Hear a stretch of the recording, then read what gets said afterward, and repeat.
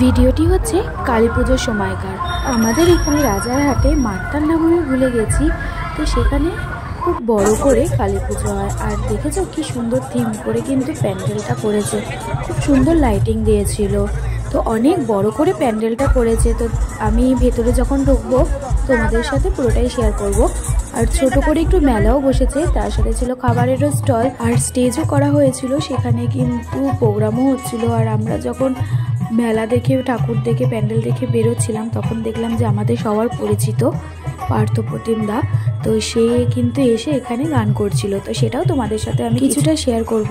আমরা যত সম্ভব কালী পুজোর দুদিন পরেই এই পুজোটা মানে এই প্যান্ডেলে গেছিলাম কালী পুজোর, কারণ কালী পুজোর দিন আমরা বাড়ি গেছিলাম আর কালী পুজোর দিন হতো না, কিছুটা কাজ ছিল, ব্যস্ততাও ছিল। আর সত্যি বলতে যেহেতু খুব বাজি পড়ে কালী পুজোয়, তো তার জন্য গুজি তো আমাদের সাথে রয়েছে, ও খুব ভয় পায়, তো বিকেলের পর তো ওকে একা রেখে যাওয়া একদমই সম্ভব না। তাও দুদিন পরে বাজিটার আওয়াজ অনেকটাই কম ছিল বলে সেই দিনকে আমরা ওই 7:30 করে বেরিয়েছিলাম।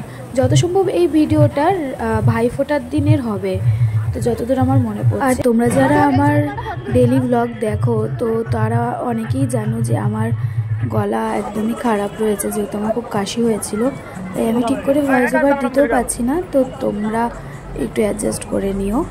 তো এই দেখো আমরা এখন প্যান্ডেলের ভেতরে ঢুকছি, তো তোমরা পুরো ভিডিওটা দেখতে থাকো।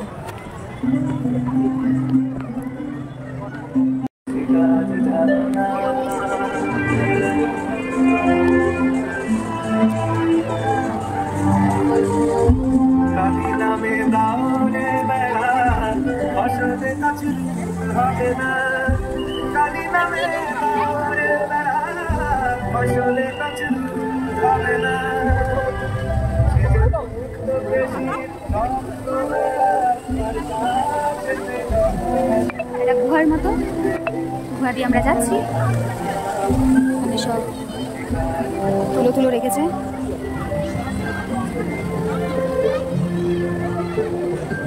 আচ্ছা ওই দিক দিয়ে ঢুকলাম, এই যে এখান দিয়ে বেরোচ্ছি।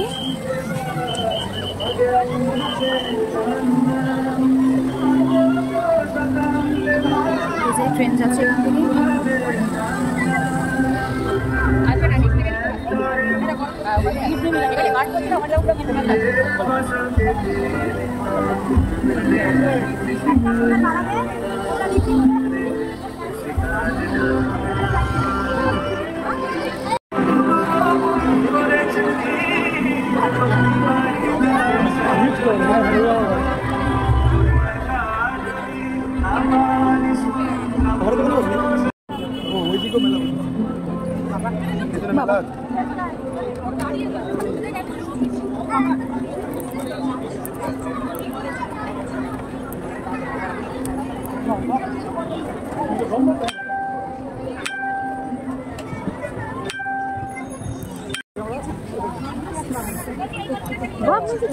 এদিকে সরে এসো না।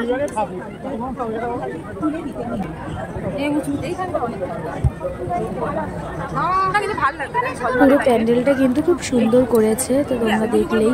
আর প্যান্ডেল দেখার পরে যখন আমি মাকে দর্শন করলাম, মাকেও কিন্তু অপূর্ব সুন্দর লাগছে, একদমই কিন্তু নতুন রূপে অন্যরকমভাবে মায়ের দর্শন পেলাম, তো বেশ ভালো লাগলো।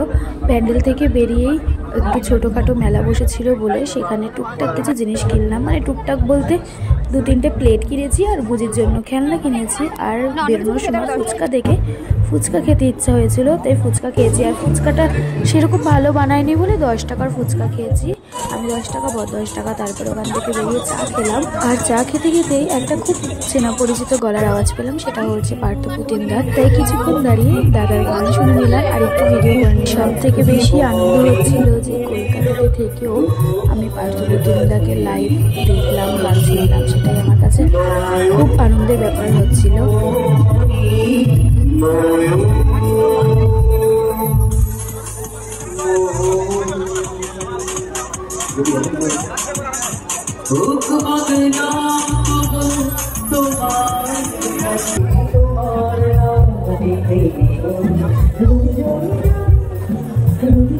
আর মেলা থেকে বেরিয়েই আমরা চলে গেছিলাম রেস্টুরেন্টে। তো বর বলেছিল একেবারে ডিনার করেই বাড়ি ফিরবে।